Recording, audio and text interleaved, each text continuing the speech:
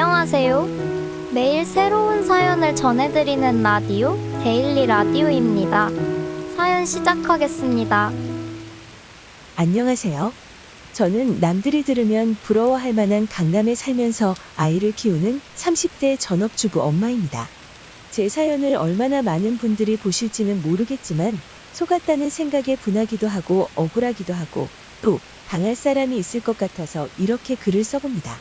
제가 겪은 사건은 저희 남편한테도 맘 놓고 털어놓지 못한 사연이네요.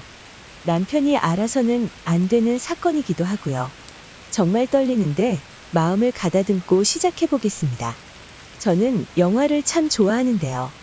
보통 영화에서 언더커버 에이전트가 하는 일을 자세히 들여다보면 자기 신분은 감춘 채 다른 신분으로 교묘하게 위장해서 적의 중심부에 파고 들어간 뒤 각종 정보를 캐내거나 중요 요인을 암살하곤 하지요. 저는 여성 에이전트가 활약하는 영화를 정말 좋아했는데요. 미모가 출중한 여자가 적국이나 경쟁회사 고위층 인사에게 접근해서 남자들을 홀려서 원하는 바를 얻어내곤 하죠. 대리만족도 되고 쾌감도 느껴져서 그런 영화류를 참 좋아했습니다. 제가 그런 일을 당할 거라고는 상상도 못한 채 말입니다. 저는 정말 몰랐습니다.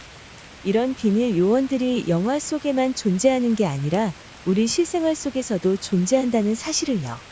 이 언더커버 에이전트들은 자기 신분을 꽁꽁 숨긴 채 평상시에는 그저 우리 주변에 흔히 보는 이웃으로 생활하면서 여러 가지 정보를 캐내고 주변 사람들을 포섭하더라고요. 그리고 결국 자신들의 목적을 이루는 것 같아요. 저를 비롯한 강남 엄마들은 대부분 자기가 아이를 돌보는 경우가 거의 없습니다. 그건 아마 강남뿐만 아니라 신도시 엄마들은 대부분 그럴 거예요. 출산 직후에 산후도우미를 부르는 경우는 국가에서 지원을 해주기 때문에 대부분 산후조리 도우미는 필수로 쓰게 되고요. 그 기간이 지난 후에도 요즘 가구 소득 수준 8천만 원 이상이면서 아줌마를 안 쓰는 경우는 잘 못 본 것 같아요. 맞벌이 같은 경우는 거의 필수적으로 그렇게 하지만 저희 집처럼 엄마가 전업주부인데도 생활비 여유 자금이 넉넉하면 쓰는 경우가 종종 있습니다. 입주 도우미도 있고 출퇴근 도우미도 있고 종류는 정말 다양합니다. 저는 아이가 태어나기 전부터 선배 엄마들에게 수도 없이 들어왔어요. 엄마의 삶의 질은 도우미 아줌마가 어떤 사람인지에 따라 달렸다고요? 자칫 사람 잘못 썼다가는 아기 엄마가 도우미 아줌마로 인한 스트레스를 심하게 겪게 됩니다. 얼마 전에도 아는 언니네 집에서 도우미 아줌마를 싼 값에 입주로 들였다가 집에 귀중품이 잔뜩 사라졌다고 하더라고요. 저도 초반에는 뭣도 모르고 60대 조선족 아주머니를 고용한 적이 있었습니다. 그것도 입주 도우미로요. 저랑 대화도 잘 통하지 않고 여러모로 안 맞는 부분이 너무 많더라고요. 이분들은 정말 잘못 걸리면 시어머니 이상의 스트레스를 제공하는 존재가 될 수 있는 사람들입니다. 기껏 돈 들여서 사람을 고용했는데 오히려 갑이 을이 되는 상황은 정말 아이러니하죠. 저도 처음엔 아줌마와 기싸움을 해보기도 하고 으름장을 놓아보기도 했지만 결국 그냥 친하게 지내는 게 서로에게 좋은 거더라고요. 돈은 얼마든지 더 많이 드릴 수 있는데 돈을 많이 준다고 해서 그만큼 잘해주시는 게 꼭 비례관계는 아니더라고요. 그래서 아이가 아주 어릴 때부터 좋은 도우미 아줌마를 찾기 위해 아파트 이웃들에게 수소문도 해보고 아파트 어플에 글도 올려보고 지역 맘카페의 정보도 요청해보면서 도우미 아줌마를 알아보고 판단하는 절차를 거쳤습니다. 아들은 만으로 세 돌이 지나고 있을 무렵 정말 좋은 아줌마고 하기가 하늘의 별 따기라는 생각을 하고 있을 때 있었던 일이에요. 제가 주기적으로 참석하는 강남 고급 브랜드 아파트 거주자 사교 모임이 있습니다. 그 모임에서 가장 저랑 잘 맞는 친구가 있었어요. 그 친구도 애 엄마인데 애들끼리도 동갑이라 서로 자주 교류하는 사이였습니다. 근데 최근에 친구가 도우미 아줌마를 고용했더니 너무 센스 있게 일을 잘하고 친절하고 싹싹하다는 말을 하는 겁니다. 저는 너무 궁금해서 그냥 놀러가는 척 그 집에 가서 도우미 아줌마를 지켜봤어요. 만나보니 과연 명불허전이었습니다. 조선족이 아닌 한국인 이모님인데 나이도 젊어서 40대 후반 정도밖에 안 되셨다고 하시더라고요. 그리고 이야기하는데 못 배운 사람이라는 생각이 전혀 들지 않아서 그냥 대놓고 물어봤어요. 혹시 예전에 무슨 일 하셨냐고요. 그런데 고등학교 교사였다는 말을 하는 거예요. 확실히 다른 이모님들과는 달랐습니다. 학식과 교양이 묻어났어요. 다양한 대화 주제에도 막힘없이 술술 대화를 이끌어 나가더라고요. 관심사도 다양했고 지식이 얕아도 넓은 스타일이었습니다. 음식 솜씨는 두말할 것도 없고요. 저는 천연적인 것을 좋아하는데 조미료도 잘 넣지 않고 유기농 위주로 음식을 하는데도 아주 맛있는 음식을 차리는 거였습니다.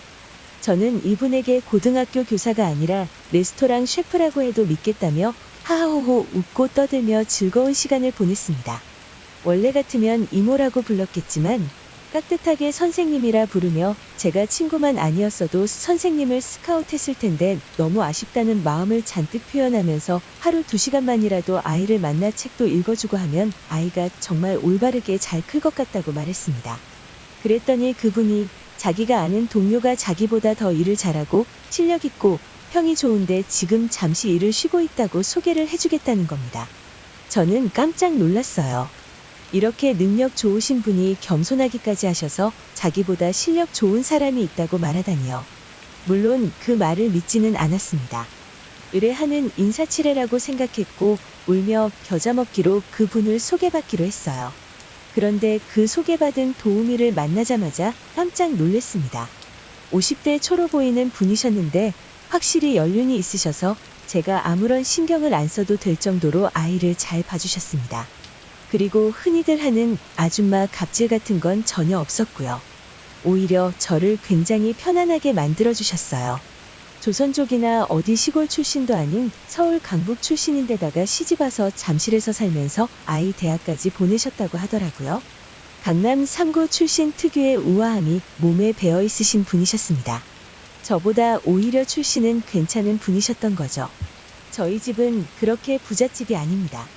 그럭저럭 살지만 그렇다고 가난하진 않았고 원하는 건 다 가질 수 있었던 유년 시절을 보냈습니다. 평범한 중산층 가정이었죠. 그런 제가 부잣집 아들을 남편으로 만나서 시댁에서 해준 강남 브랜드 아파트에 입주해서 전업주부로 살고 있었던 것이었습니다. 친구네 도우미 선생님이 예의상 괜찮은 사람이라고 한 것이 아니라 정말 엄청난 분을 소개시켜 준 것 같다는 생각이 들었어요. 그날부터 저는 사교 모임이 열릴 때마다 하나같이 도우미 흉을 보는 와중에 도우미 칭찬을 하면서 스스로가 정말 행복하고 운이 좋은 사람이라고 생각했습니다. 3대 아기축 아시죠? 시댁, 남편, 도우미 아줌마. 애기 키우면서 받는 스트레스는 엄마들 만나서 수다 떨면서 풀어야 하는데 3대 아기축 씹어대는 것만큼 시간이 잘 가는 것도 없지요. 저는 여기서 천사 같은 도우미 아줌마 덕분에 3대에서 2대 아기축으로 넘어가게 됐습니다. 잠실 도우미 선생님은 모든 게 다 완벽했거든요. 아기도 잘 보고 음식도 잘하고 청소도 깨끗하게 합니다. 그리고 가끔씩 저희 남편 마주칠 때마다 제가 아기를 낳느라 얼마나 고생했는지, 출산 후에 망가진 몸을 회복하기 위해 얼마나 부지런하게 운동하러 다니면서 고생하는지, 아이 교육에 신경 쓰느라 영어 유치원 설명회나 세미나에 참여하면서 이것저것 알아보느라 얼마나 고생하고 있는지를 센스 있고 모양 빠지지 않게 잘 설명해 줬습니다. 저는 어느 순간부터 감사함을 넘어 감동을 느끼기 시작했어요. 얼굴을 보기만 해도 눈물이 날 것 같더라고요. 아무도 제가 고생하고 있다는 걸 알아주지 않는데 잠실 도우미 선생님은 제 고생을 알아주는 유일한 분이었거든요. 특히 남편한테 은근히 말해줘서 남편이 저한테 잘해주도록 만들어주기까지 했지요. 어쩌면 우리 아이한테 저보다도 더 잘해주셨던 분 같아요. 제가 오히려 귀찮아서 아무거나 해먹이기도 하는데 도우미 선생님은 달랐습니다. 반드시 초록마을이나 스타슈퍼에 가서 친환경 유기농으로만 장을 봐오고 직접 맛있는 음식을 만들어서 아기는 물론이고 저까지 맛있게 먹었습니다. 이야기도 너무 잘 통했어요. 남편이 삼성그룹 계열사를 다니다가 얼마 전 퇴직해서 중소기업에서 새롭게 일하고 있다고 들었고 아들은 대학을 갔다고 들었습니다. 절대 가난하고 돈이 없고 궁핍해서 아기 보는 시터 일을 했던 게 아니었거든요. 자식도 다 키웠고 남편도 삼성에서 퇴직해서 이제 홀가분해진 상태로 좋아하는 일을 찾았다고 합니다. 누군가를 돌보는 것을 좋아하는데 남편과 아들 돌보기가 공식적으로 끝나버렸으니 적적해진 것이죠. 남편과 아들은 그런 일 하지 말라고 뜯어 말리는데도 너무 아기들을 사랑하고 자신의 일도 갖고 싶어 이 일을 하는 것이라고 했습니다. 돈은 전혀 중요하지 않았다고 해요. 저와 돈 문제로 충돌한 적이 거의 없었습니다. 제가 늦게 들어와서 퇴근 시간이 8시를 넘긴 적도 있었는데요. 분말 없이 아이를 봐주고 초과 수당도 전혀 요구하지 않았습니다. 아침에도 정해진 시간보다 일찍 오고 퇴근 역시 정해진 시간 이후에 퇴근하려 했어요. 시간 약속은 항상 칼 같았습니다. 시어머니는 물론이고 친정 어머니보다도 낫다는 생각을 많이 했습니다. 심지어 저보다도 훨씬 퍼포먼스가 좋은 분이었어요. 도우미 선생님의 아들이 명문대에 입학했다는 것을 들으니 이미 아이를 훌륭하게 키워낸 경험도 있으신 거죠. 인생 경험도 많으신 것 같고 지혜도 있으신 것 같았어요. 그래서 저는 점점 그분에게 동화되었고 어려운 일이 생기면 남편이나 친정엄마보다도 도우미 선생님과 상의를 하게 되었죠. 어느 순간부터는 제가 사교 모임에서나 하던 남편과 시댁 뒷담을 도우미 선생님과 같이 하고 있더라고요. 도우미 선생님과 말만 했다 하면 모든 스트레스가 사라지는 기분이었습니다. 엄마들을 집에 초대해서 놀다 보면 다들 하나같이 도우미 선생님을 극찬했는데 어느 순간부터는 괜히 다른 엄마들이 더 많은 돈을 주고 스카우트에 가진 않을지 걱정되기도 했습니다. 그러다 점점 이제는 도우미 선생님이 없는 인생은 상상할 수도 없는 지경에 이르게 됐어요.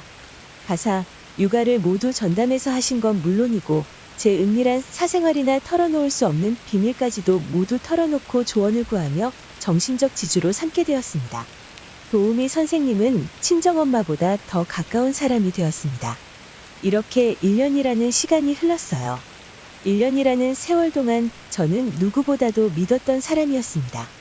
어느 날 잠실 도우미 선생님이 잠시 어딜 다녀올 테니 대타를 구해주겠다는 말을 하더라고요. 그런 일이 예전엔 한 번도 없었기 때문에 알겠다고 했습니다. 그런데 그 이후로도 하루씩 휴가를 얻어서 외출을 하고 다른 아줌마가 왔다 가는 일이 두세 번 더 생겼습니다. 꼭 휴가 다음 날이면 고급 빵들을 잔뜩 사와서 미안하다고 건네주더라고요. 저는 어느덧 궁금해졌습니다. 도대체 무슨 일로 자꾸 어딜 가는 건지 저에겐 말을 안 해줬거든요. 물어봤더니 자기가 투자를 좀 하는데 거기서 투자 수익을 매달 보내주는데 이번에는 그 회사가 좀 더 규모를 키워서 투자를 한다길래 그 설명회에 갔다 왔다는 말을 하는 겁니다. 저는 그 투자가 무슨 투자인지 궁금해졌습니다. 왜냐하면 도우미 선생님은 꽤 똑똑하신 분이고 똑똑한 사람이 하는 선택은 옳을 가능성이 높다고 생각했거든요. 그래서 저도 좀 알려달라고 말했습니다. 그랬더니 잠실 도우미 선생님은 저더러 남편이 돈도 잘 벌고 시아버지도 돈 잘 보내주시고 하니까 이런 거에서 돈 벌 필요가 없지 않냐는 말을 하면서 처음엔 안 가르쳐 주려고 하더라고요. 한번 거절당하니 더 알고 싶은 마음이 강해졌어요. 내심 돈을 벌고 싶은 마음이 간절하기도 했고요. 부자 남편을 만나서 전업주부로 평화롭고 사치스럽게 살고 있기는 하지만 제가 돈을 벌지 못한다는 건 별도로 하나의 열등감으로 존재했거든요. 특히 아이 친구들 엄마 중에서 대기업 다니거나 전문직인 엄마들을 만나면 괜히 주눅들고 재수가 없었습니다. 저도 자아실현을 하고 싶고 제 능력을 펼치고 싶은데 비교적 어린 나이에 시집와서 애만 보면서 세월을 축내는 것이 스스로 너무 안타까운 거예요. 안 그래도 남편이나 시댁에게 무시당하는 것에 한이 맺혀 있었습니다. 그런 와중에 제 정신적 지주였던 도우미 선생님이 투자 활동을 하면서 돈을 잘 벌어왔다는 사실을 알게 되니 저도 너무 그런 걸 하고 싶어졌습니다. 제가 드리는 월급이나 남편이 주는 생활비로 먹고 사는 줄 알았는데 알고 보니 가만히 있어도 어딘가에서 계속 돈이 나오고 있었던 것이었습니다. 저는 궁금해서 계속 물어봤고 도우미 선생님은 잘 알려주려고 하지 않았습니다. 저는 한 달 가까이 알려달라고 졸랐던 것 같아요. 그랬더니 절대로 다른 엄마들에게는 말하지 말라고 하면서 비밀을 알려줬습니다. 지금까지 도우미 선생님이 안정적인 수익을 올리고 있는 종목은 다름 아닌 크루즈 선박 투자였습니다. 잠실 도우미 선생님이 투자하는 회사는 거대한 크루즈 유람선을 홍콩 회사와 합작으로 운영하는 곳이었습니다. 이 회사는 회원 모집을 하는데 그 개념은 국내 콘도 회원과 비슷했습니다. 이 크루즈 회사의 회원은 실버, 골드, 플래티넘 등의 등급이 있는데 등급별로 그에 걸맞는 크루즈 선박의 객실에서 여행을 할 수 있는 특권이 주어지기도 했어요. 그것뿐만 아니라 이 회원권은 일종의 주권 같은 것이어서 매 분기마다 회원들에게 크루즈 선박을 운행하여 얻은 이익에 대한 배당을 해줬습니다. 중국과 동남아 부자들이 돈이 너무나 많아서 묻지마식으로 엄청난 돈을 지불하며 크루즈 여행을 하는 바람에 크루즈 회사가 회원들에게 배당해주는 수익금이 무려 연 25% 정도에 이르렀습니다. 이 회사의 중국 측 파트너는 자산이 10조 원 이상으로 삼성과 비슷한 규모의 세계 최고의 크루즈 여행 선사 그룹인데 전 세계 백만장자들을 대상으로 성공적인 영업을 하고 있으며 특히 동남아 화교 부자들은 이 회사의 크루즈로 여행을 하는 게 일상화되어 있다고 들었습니다. 그리고 최근에는 중국 대륙의 부자들에게도 널리 알려져서 중국에서 엄청난 수익을 거두고 있었다고 했습니다. 이런 회사가 새로운 시장인 한국에서 합작 기업을 만들기 위해 국내 해운업계의 큰 손인 회장을 찾았고 그 회장이 평생 일군 해운업의 경험을 바탕으로 한국 사람들이 잘 모르는 크루즈 해운업에 대해 도전을 하기 위해 만든 회사가 바로 이 크루즈 회사였다고 합니다. 이 크루즈사의 회원이 되기 위해서는 자격 요건이 엄격해서 아무나 회원이 될 수는 없었습니다. 왜냐하면 기존 홍콩 측 회사를 통해 가입한 전 세계의 부자 회원들은 자신들의 품위를 가장 중요한 가치로 여기기 때문입니다. 어중이 떠중이를 자신들이 탑승하는 크루즈에 태우는 것을 싫어하거든요. 단순히 돈만 많다고 해서 회원이 될 수는 없고 사회적인 지위나 명망이 있고 고급 직업군에 속하며 대대로 좋은 집안이어야 했습니다. 심지어 그동안 중국 부자들이 가입하려고 돈을 엄청나게 싸들고 와도 회원 가입을 시켜주지 않았는데 그 이유는 중국이라는 나라 자체가 공산주의 국가이고 후진국이기에 그런 수준 낮은 국가의 국민은 아예 받지 않았기 때문입니다. 그런데 최근 들어 중국의 위상이 높아지고 중국 부자들의 수준이 높아졌기에 이제 중국 부자들에게도 문호를 개방했다고 합니다. 그리고 이제 한국도 선진국이 되었고 중국 부자들이 제주도나 부산을 가려는 수요도 높아졌기 때문에 한국에서도 회원을 모집하게 된 것입니다. 그런데 역시 한국에서도 아무나 회원으로 받는 것이 아니라 엄격한 심사를 거쳐서 회원을 받는다고 했습니다. 잠실 도우미 선생님은 비록 아기 돌봄 일을 하고 있지만 남편이 삼성그룹 출신이고 남편이 삼성에 있는 동안 크루즈사의 임원과 업무상 절친한 사이였기 때문에 퇴직을 하고서도 특별히 크루즈사에서 잠실 도우미 선생님과 남편을 회원으로 받아줬다고 했습니다. 이 이야기를 다 듣고 나니 저도 얼른 회원 가입을 해서 크루즈 여행도 하고 매달 배당 수익도 받고 싶어졌습니다. 선생님 말로는 회원권을 되팔면 샀던 가격의 3배 이상은 당연히 받을 거라고 했어요. 저에게는 망설일 이유가 없었습니다. 하지만 한 가지 걸리는 것이 있었습니다. 남편은 시아버지가 일군 회사에서 직원으로 일하고 있는데 그다지 사회적 지위나 명예가 있는 직업이 아니라는 점이었습니다. 크루즈 회사의 회원 심사에 통과할 수 있을지 고민하다 보니 남편의 무능함에 짜증이 났지요. 저는 잠실 도우미 선생님에게 부탁해서 크루즈 회사의 투자 설명회에 따라가게 되었습니다. 용산에 있는 근사한 건물에서 진행했었는데요. 정말 많은 사람이 모였습니다. 수익 모델에 대한 설명도 듣고 실제 크루즈 회사에 투자해서 매달 큰 수익을 얻고 있는 다른 투자자의 투자 성공담도 들었습니다. 대형 스크린에 보여지는 멋진 초호화 유람선을 보며 이 유람선의 주인이 되어 평생 크루즈 여행을 할 생각에 심장이 뛰었습니다. 저를 무시하는 남편과 시댁 사람들에게 처음엔 비밀로 했다가 갑자기 큰 돈을 벌어서 크루즈 여행을 시켜주는 서프라이즈 감동을 주면서 콧대를 꺾어버리고 싶다는 생각이 들자 어렴풋이 미소가 지어졌었죠. 그래서 잘못된 선택을 하고 말았습니다. 제가 가지고 있던 돈은 전부 털었고 남편의 계좌에서 꺼낸 돈까지 합쳐 잠실 도우미 선생님을 통해 크루즈사에 전달했습니다. 잠실 도우미 선생님을 통해 진행한 이유는 잠실 도우미 선생님과 그 남편이 크루즈 회사 고위층과 친한 관계였기 때문에 회원 심사에 쉽게 통과하기 위해서였습니다. 직접 진행하면 통과되지 못할 것 같았어요. 그리고 원래는 더 큰 돈을 투자해야 골드 회원 자격을 주는데 잠실 도우미 선생님의 남편이 손을 써줘서 저는 겨우 몇 억으로 골드 회원이 될 수 있었습니다. 도우미 선생님은 저한테 당분간 남편에게 이 사실을 알리지 말라고 하더라고요. 남편이 모르는 곳에서 나오는 돈이 있어야 자유롭게 쓰고 싶은 곳에 쓸 수 있으니 절대 투자로 돈 벌고 있다는 건 알리지 말라고 했습니다. 저는 사실 남편 몰래 사귀는 애인이 있었어요. 남편의 계속된 무시가 싫었고 저를 존중해주면서도 자상한 사람에 대한 환상이 커져 있었습니다. 지금은 헤어졌지만 운동도 하고 몸도 좋은 남자였습니다. 이 사실을 도우미 선생님한테 털어놨었는데요. 도우미 선생님은 요즘 강남에서 남자친구 하나 없는 사모님 어디 있냐고 하면서 저를 두둔해줬었습니다. 그러면서 투자금을 데이트비로 몰래 사용하려면 투자 사실을 남편에게 말하지 말아야 한다고 했었고 저는 수긍했습니다. 투자하고 처음 몇 달간 몇백만 원씩 투자 수익금이 제 계좌로 들어왔고 너무 행복했습니다. 이 모든 행운이 도우미 선생님을 알게 되면서부터 시작됐고 어쨌든 친구 집에서 도우미 선생님을 알게 됐으니 친구에게 고마운 마음에 투자처를 알려줬습니다. 당연히 비밀로 하라고 했죠. 친구도 도우미 선생님에게 큰 만족을 하고 있었기 때문에 같이 크루즈 회사에 회원가입을 하게 됐습니다. 그리고 몇 달 뒤에 갑자기 도우미 선생님이 사정이 생겼다면서 일을 못하겠다는 말을 했습니다. 아쉬웠지만 그렇게 선생님을 떠나보냈습니다. 이런 일을 하실 분이 아니긴 하지 하면서요. 그런데 바로 그달부터 제 계좌에 더 이상 투자 수익금이 들어오지 않는 겁니다. 친구도 마찬가지였어요. 도우미 선생님한테 전화했더니 자기도 이상해서 알아보고 있다는 말을 했습니다. 저는 친구와 함께 투자 설명회가 벌어졌던 용산의 크루즈 회사 사무실에 가봤는데 이미 크루즈 회사는 그 사무실을 떠나고 다른 회사가 입주해 있었습니다.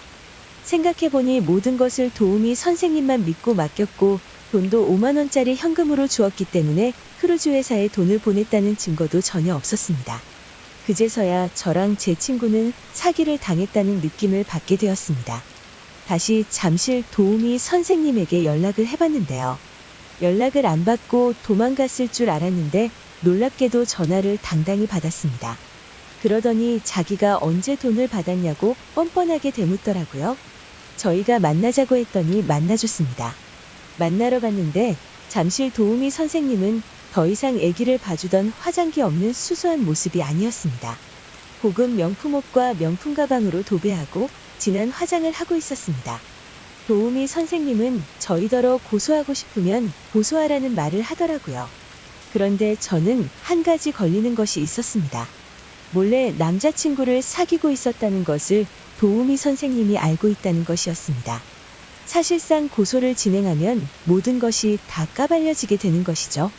친구는 제가 꼬드겨 회원가입을 하게 됐기 때문에 아무 약점이 잡힌 것은 없지만 이 친구가 진행하면 저까지 엮여 들어가게 됩니다.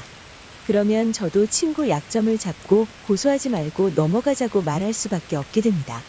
멍청하게도 저는 제 약점을 모두 노출시켰습니다. 호스트바에 갔던 이야기, 남편 몰래 돈 빼돌린 이야기를 할 때마다 도우미 선생님은 저에게 무한한 공감을 해주며 두둔했습니다. 저희 집에서 일하는 기간 동안 모든 것을 녹음했다는 말을 들었고 큰 충격에 빠지게 됐습니다. 저는 친정의 모든 것을 솔직하게 말하고 부모님께 도움을 받아 빈돈을 메꾸고 친구까지 입막음 시켰습니다. 부모님은 저를 호적에서 파고 싶다는 말을 하셨지만 앞으로 똑바로 살라는 말을 하시면서 돈을 빌려주셨습니다. 제가 워킹맘이 돼서라도 돈은 갚아야겠지요. 저는 이 사기꾼들의 끈기, 집념, 긴 시간 동안의 연기력에 안 속아 넘어갈 사람은 없다고 생각됩니다. 일하는 아줌마로 지내는 동안은 너무나도 헌신적으로 아이들을 돌보고 저에게도 친엄마 이상으로 도움을 줬기 때문입니다. 뒤로는 제 약점을 수집하고 대화를 녹음했지만요. 여러분들도 가족보다 더 의지되는 피 한 방울 안 섞인 남이 갑자기 등장한다면 의심부터 하세요. 그리고 세상의 은행 이자보다 더 큰 이자를 주겠다고 다가오는 사람의 대부분은 사기꾼이라고 보시면 됩니다. 사이다 사연은 아니지만 여러분은 늘 조심하시길 바랍니다. 사연은 여기까지입니다. 구독과 좋아요, 그리고 사연자분을 위해 여러분의 의견을 남겨주세요. 매일 새로운 사연을 전해드리는 라디오, 데일리 라디오였습니다.